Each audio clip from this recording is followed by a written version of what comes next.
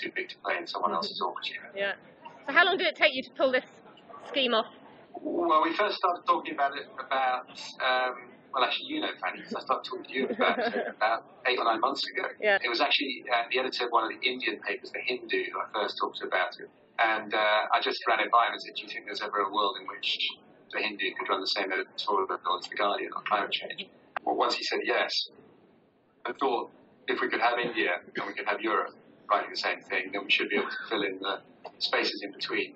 We got lots of African papers I didn't know existed before. We got lots of Asian papers. How hard was it to get all these papers to agree the text, which you got agreed pretty quickly, I gather? It felt quite hard at the time, but it was obviously easier than doing a real deal, because any time we came to a number that was difficult, we just said, okay, we'll just leave that bit. In all the same groups as are slugging away in Copenhagen at the moment, we managed to get them to agree on really all the core principles that stay.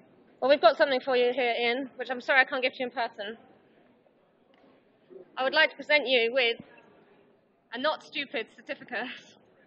Yay! For, in the first time in history, bringing together the world's papers to speak with one voice on climate change on the first day of Copenhagen. It's a fucking triumph. Whee!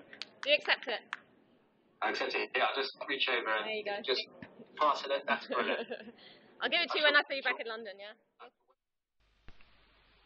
So we're not saying that all the mainstream media has completely failed, just most of them, most of the time. But out of the ashes, I think, you know, a lot of new media are now taking over. I mean, the fact that, can we have a shot of this lot by any chance? The fact that we are speaking live, basically with 2 very cheap handy cams, 4 laptops and 5 people, none of whom have ever made a live TV show and have got the faintest idea what they're doing. But we're able, basically for almost no money, sponsored by a few supporters, go live globally with absolutely no restrictions. There's no lawyers telling us we can't swear. Fuck. Bollocks. Sorry. No, there's no editorial policy here. We can really say whatever we want. So I do think that even though the mainstream media has failed on climate change, new things are happening. And Tom, you're sitting right here, has a great example, perhaps not on climate change, but tell us about what you did with your album and why you did it. Why did we do it? Well, what did you do? We said, give us what you think it's worth. Something like that. To your punters? Yes. Download it. Pay whatever you want. Pay what you see fit. Yeah. And how did it go? We got more money than we had done from the last few records from EMI. Is that right? Because it all went 100% to you, no cut to the... Yeah, no, nothing. And it was a spectacular success because it was like a big stink bomb to the industry, who still kind of don't like us very much. But and why did you do that? Why did we do that?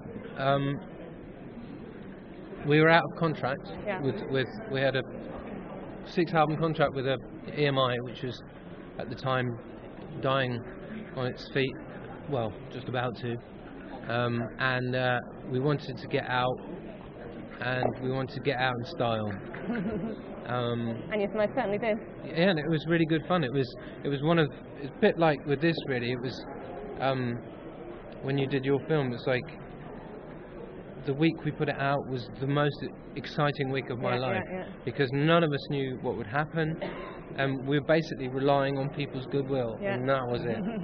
And the fact, that we had all these people that wanted to know what we were doing, and they were just sort of, it was the satisfaction of like, putting 2 lines on your own website saying we've done it, it's here, and then as opposed to going through months of corporate and giving it to all these people to decide what they think of it, right there, and lawyers and all that shit, presumably.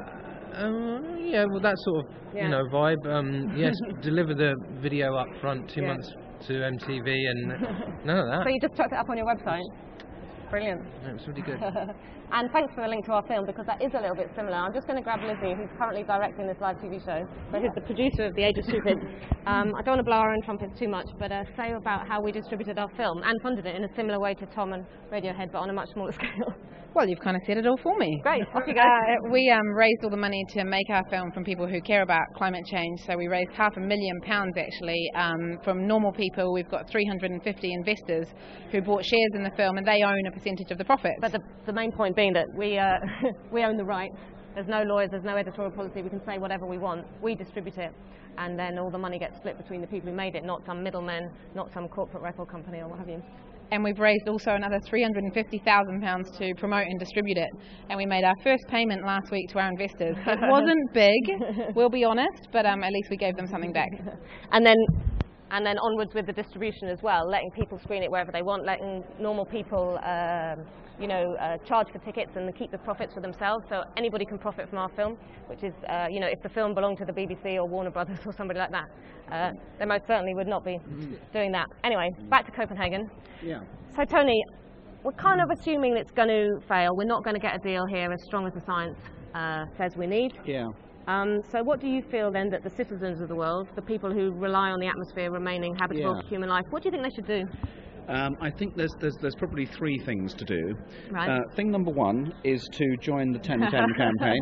There's a little 10-10 logo here. I told you to say that, but Did you say that you didn't say to say it at all? I'm just saying it because it's true. Yeah. Join the 10-10 campaign. This is a source of personal agency in helping to cut emissions through what we can all do. Yeah. And I think 10% next year. 10% in Easy. 2010, 10% out of next year's emissions. Everyone signing up to that is going to create a nice kind of cultural dimension to the changes that have got to happen. Because it's not only about international politics, it's about how people live. And the more of us who sign up to that kind of thing, the more that's going to help. We had some great sign-ups last week.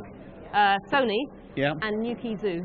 Oh, fantastic. Our first zoo. Nice. So that's one thing. Yeah. I think the other thing we've got to do is keep pressing for domestic action from companies and governments and local authorities. And, look what's happened in the UK. It's incredible. We've got the Climate Change Act there. We've got loads of companies doing things, local authorities doing stuff, irrespective of what's going on here. We've got to do that everywhere in the world and keep that moving and push that further.